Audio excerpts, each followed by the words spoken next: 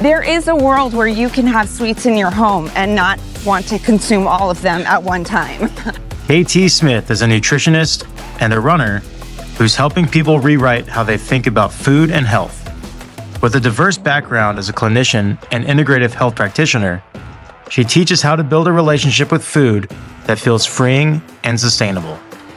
Nutrition is an entry point in how we treat our bodies, how we relate to the people around us, how we relate to the world around us.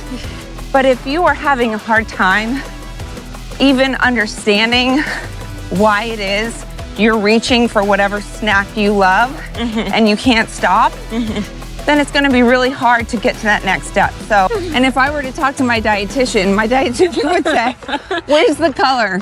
How about Houston restaurant that just had the balance, the right balance? Oh, the right balance, you know.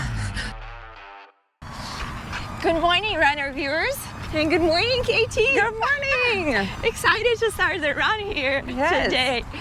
So, KT, as a nutritionist and a runner, what came first in your life and which one followed after? Yes, well, running really started when I was in 5th grade. It was the one sport you could just kind of walk on to.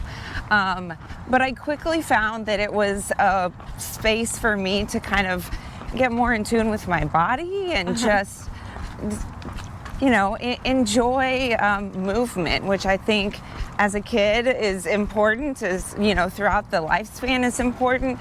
And so it just kind of, we hung on to each other. And then from there, I think it really gave me a sense of what my body's doing, and nutrition, you know, was something that I studied in school because it just came naturally from that curiosity of like how the body works and understanding, you know, the mechanics of everything. I wanted to know more about that. So running was really my entry point. Nice. So nutrition, and I want to start with the relationship with food because I know you focus a lot on that. Yes.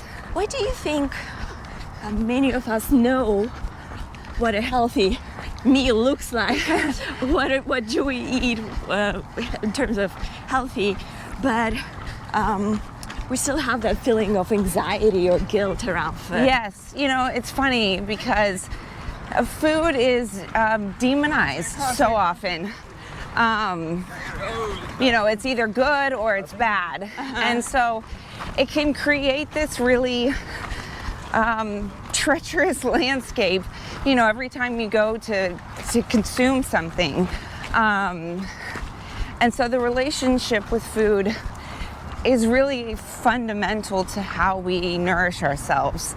And so creating an environment where food is something we move towards in a healthy way allows us to make better choices. And so the more that we create this balanced approach where we aren't demonizing food, where it's not good or bad, but we are creating a sense of awareness towards our choices.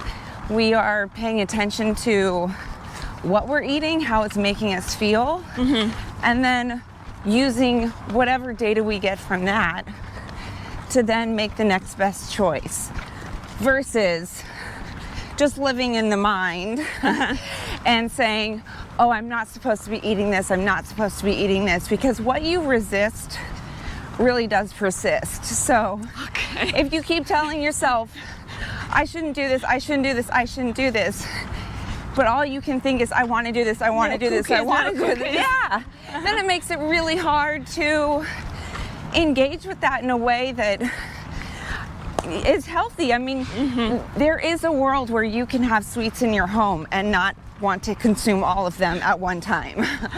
And so it's really helping people understand that dynamic is possible, and creating a safe environment within themselves to where they can make those choices that ultimately support their health and longevity.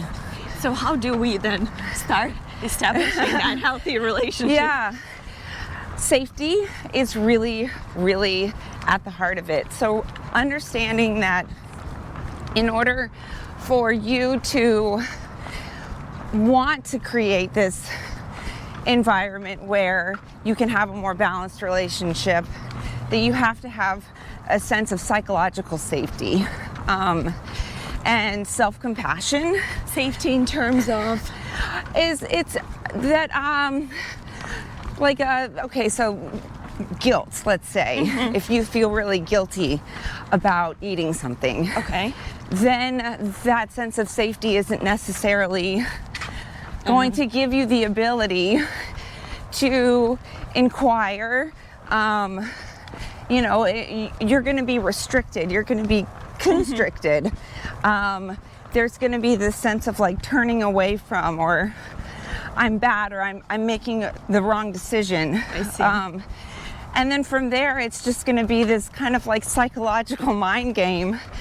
And so if we do have this level of safety where we understand that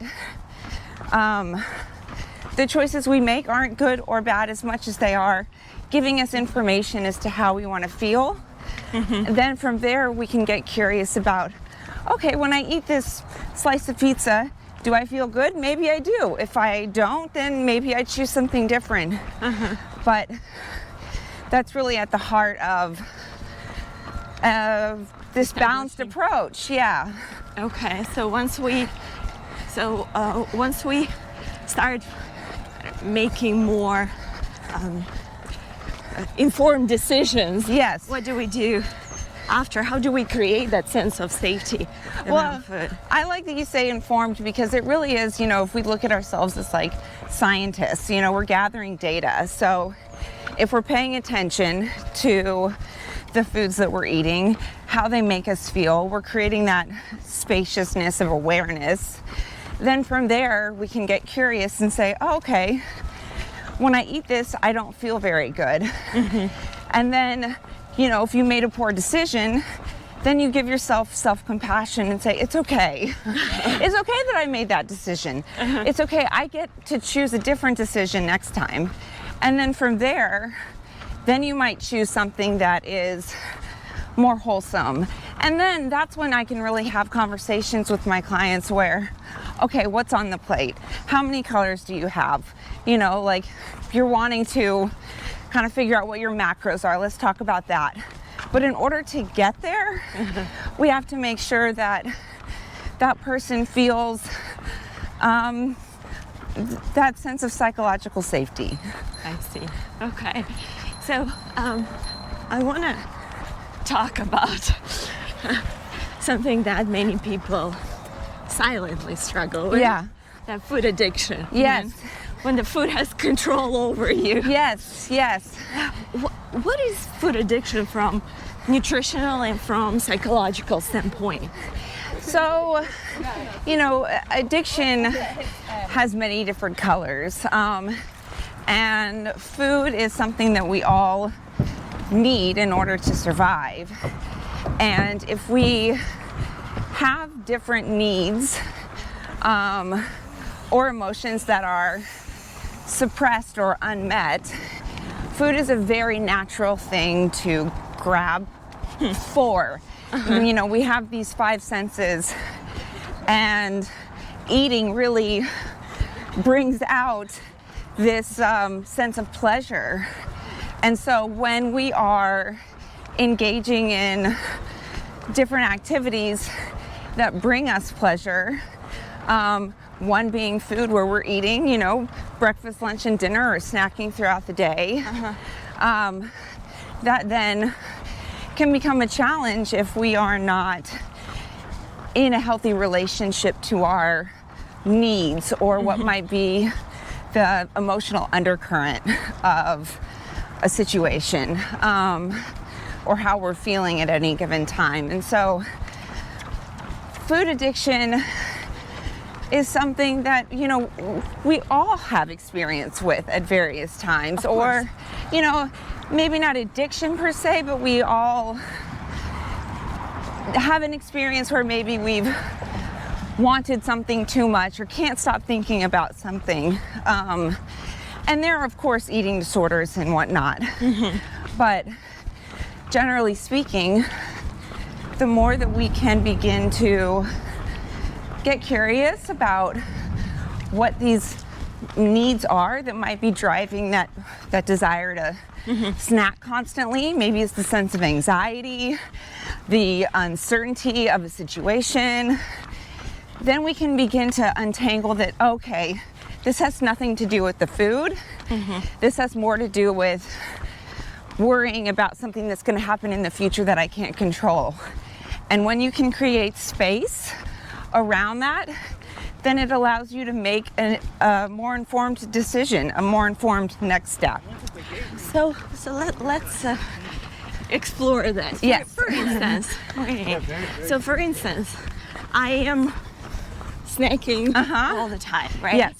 And now I'm taking the time to understand, okay, what's driving it? Is this hunger or not? Right. So when I found that, okay, maybe I'm anxious because of my work or relationships. Yep.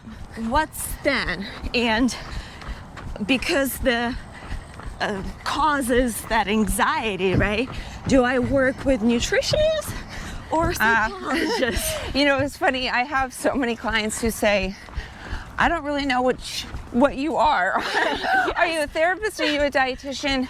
And I wouldn't be surprised if there are more of us out there, but this really therapeutic approach to nutrition.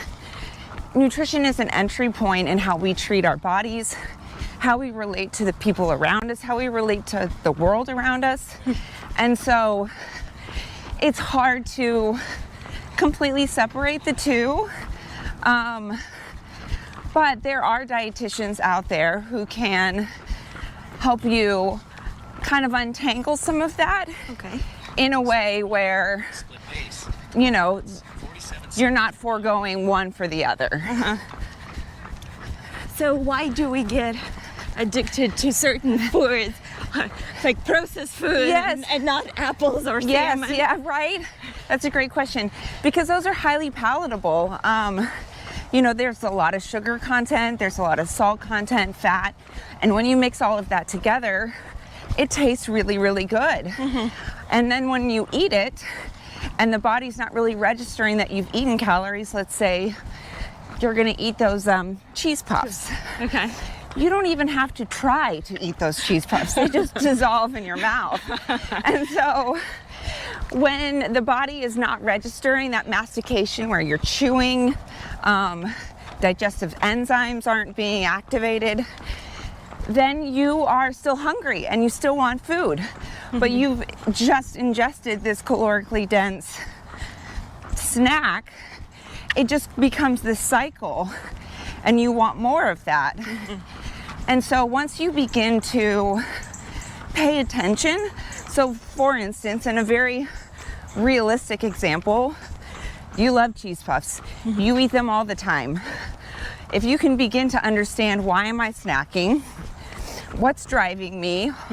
What emotion is present? Then getting curious as to, what is it like when I actually eat these? Mindful awareness of just the process of eating gives you the ability to eat from a more intuitive place, where you're paying attention to your satiety levels, how hungry you are, how full you are. Then that gives you more data, more information to make a more informed choice. And having a guide, such as a nutritionist, work with you to really kind of create that space for you to explore yourself. Because nothing I tell you or anybody else isn't something you don't already know or have inside of you. Yes. I'm really more or less creating space for you to find it for yourself. And in that safe environment, that's where real transformation can come about. So if somebody's struggling with food addiction now, and they always wait for that Monday to start. Yep. What one step or what can they do to start implementing and working on that change? Two things come to mind. Self-compassion for maybe not having the answers. I don't know what to do. I'm confused. I feel like a failure. That's okay. It's okay. It's okay that I might not know. It's okay that I feel like I've failed. Giving yourself permission to feel that hurt. And then from there, what does that feel like? Where do I feel that in my body? You know, are my shoulders tight? The minute you recognize tightness in the body, the minute you begin to bring it from your head to your body, you relax. You know, you're not going to find tight shoulders and keep them tight. You find tight shoulders and you loosen them. And so creating this mind-body connection then allows you to invite that sense of curiosity. And so from there, it truly is this unraveling and peeling back the layers. And it might not be an overnight thing, which is, I think, what often people try to find in these diets where they're eliminating all carbohydrates, or I'm only doing keto. And not to say that there aren't scientific reasons for trying to get into ketosis. But if you are having a hard time even understanding why it is you're reaching for whatever snack you love and you can't stop, then it's going to be really hard to get to that next step. So I would say compassion and curiosity are the two things you need to pack in your toolkit in order to help you begin to kind of move forward in this more wholesome way. I like that. Yeah. So expanding a little bit more on this, on the addiction, eating disorders. Yes. Can you elaborate on what is it and why is it happening? Well, there are various eating disorders. You know, there's binge eating, anorexia nervosa, things that typically a medical doctor diagnoses and then can work with a dietitian on. And I often in my practice use IFS, which was created by Dr. Robert Schwartz. Can you explain what it stands for? Yes, it stands for Internal Family Systems. And when he started working with eating disorder patients, he recognized that different parts would come to the surface. There's a part that wants to purge. There's a part that wants to restrict. And in getting curious as to what these different parts needed, why they were here, then there was this natural dialogue that came about. And I really used that approach to understand where someone is experiencing a block or challenges, and identifying through this lens of understanding each part what it might need, and really using this kind of open awareness, this dialogue, to make sure that there is that sense of safety. Then we can begin to ask the real questions. But, you know, I think making sure that people feel safe enough to be able to express, I feel this, because a lot of times people are scared. That's you know, true. Yeah. I really want to binge on this, but I'm a person in my professional life and my career who has it all together. I shouldn't be feeling this. This shouldn't be happening. I'm 50 years old, and only until there is a space where they can really begin to lay it out all on the table. Okay. Which is what IFS really allows you to do. It creates that environment for that safety to kind of dive deeper and get curious about those different parts. That's phenomenal. Yes, it is. It is. It truly is amazing and life-changing. I know beyond nutrition, you also focus on longevity. Yes. So not just living longer, but living stronger. Yes, the health span. Exactly. So what are the habits that actually extend that longevity for us? What should we focus on? Well, healthy eating is critical. You know, really what you put into your body is so important. Movement is extremely important. You know, we have these amazing bodies that need to be worked and moved and strengthened, and given rest. And so making sure that we are focused on creating daily movement is extremely important. Relationships are very important. I mean, there's a really long-standing Harvard study, I think it's 80 plus years now, where it shows that relationships really underpin a long and healthy life. And making sure that you are staying up to date on how your body's doing. There are various tools you can use with technology these days. The Oura Ring. You can use a CGM, a continuous glucose monitor. You can, get your blood work done. And all of these things help you to kind of understand, get a peek under the hood, so to speak, of what's going on in your body and how certain actions you take influence these different biomarkers. You work for Memorial Longevity Clinic? Yes. So what is longevity medicine? How is it different from the traditional medicine? It's a very integrative approach we take at Memorial Longevity Clinic. It's focused on prevention, early detection, understanding what might run in your family, understanding where you are in your life through diagnostics and screeners. We do extensive lab tests. And so we really start from this place of data. Okay. We're trying to understand where your body is at any given time, and then working from this integrative place with a dietitian, with a personal trainer, with a concierge service with the medical team, to give you this really integrative and personalized approach to medicine, which is not something that's common. It's becoming more common now, but for a long time it's just been very reactive. Oh, your knee hurts, let's do a replacement. Versus, oh, you're really challenged with these certain feelings, so then you are, you have these certain dietary habits which make you not want to be as social, which make you depressed or have this sense of depression.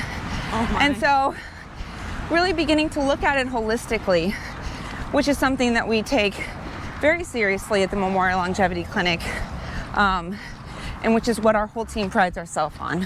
And I love that, the proactive approach. Yes. Rather than just trying to find a pill that's gonna help for a little bit. Yeah. So, running. Yes. You said movement. I love it. And you started with, you've been running your whole life. Yes. What does running mean to you? Oh, running is so important to me. It's everything. It's religion, it's community. The Houston running community really is amazing. I moved away to another state for 8 years, and I desperately tried to find what Houston had and couldn't. And there's just so much warmth and openness here. All types of runners are welcome. It doesn't matter whether or not you've been a runner for the span of your life, or you're just starting. There's a place for you. There's a group for you. And we've got the Houston Marathon, which is one of the most amazing marathons. There's so much community support, and the Houston running community is a great way to get involved in that daily movement that will extend your health span. I very much agree. And how do you think the community impacts your overall health? Knowing that there are people out there outside of my home rooting for me, there for me, rain or shine, we show up for each other. Some of my best memories are where my shoes feel like, they're waterlogged because we've been running in the rain. And the experiences, you get to know your runner friends better than, somebody that lives in your household, because you're talking for long distances about things that matter to you. And you really get to know someone, and the endorphins, and it's a hard feeling to put your finger on, but it's worth searching for. Agree. That was a very good summary. Thank you. Yes. So your go-to comfort meal after a long run? Oh, okay. So I love pancakes. Okay. I love bacon and I love eggs. I would say all of that. And if I were to talk to my dietitian would say, where's the color? And I would say, that's right, thank you. Maple syrup? I put some maple syrup. Let me put some berries. Let me put some whipped cream on there. Color, color, color, color. But at the heart of it, I think anything that brings you warmth and joy after a long run is worthy of seeking out the long run. That's great. How about Houston restaurant that just had the balance, the right balance? Oh, the right balance. Squabble is a great restaurant here in Houston. They have some really wonderful vegetarian dishes that even if you are a meat lover, you will come back for more. They have a balanced menu. They have all different types of flavors. I would say that's a really wonderful restaurant to try, but truly, truly, truly, Houston has some of the best, most amazing restaurants. From barbecue to high-end sushi, you really can't go wrong. Yes. And I'll check Squabble, never Yes. tried it. All right, health. What does health mean to you? Oh, there are multiple pillars of a healthy life, from what we talked about with the running community. So community, your relationships, movement, how you're nourishing your body, engaging in a hobby that brings you a sense of accomplishment or that uses the skills that you innately have. How would you define your relationships with food now? I feel like I am able to be where I am because I've had so many different types of relationships. Now it's an opportunity to experience flavors. It's an opportunity to connect with different parts of the world. It's an opportunity to connect with those that I'm dining with.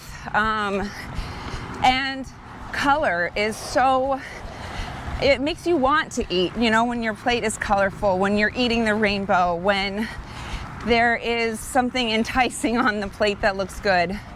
And so my relationship to food now is really one of exploration, curiosity, wholesomeness. And every time I sit down to eat, I pack mindfulness and I really tune into my body so that I'm letting that guide me towards when I start, I stop, and I finish. Okay. Wow, that's amazing. Yeah. I'm gonna employ some of those tools from you.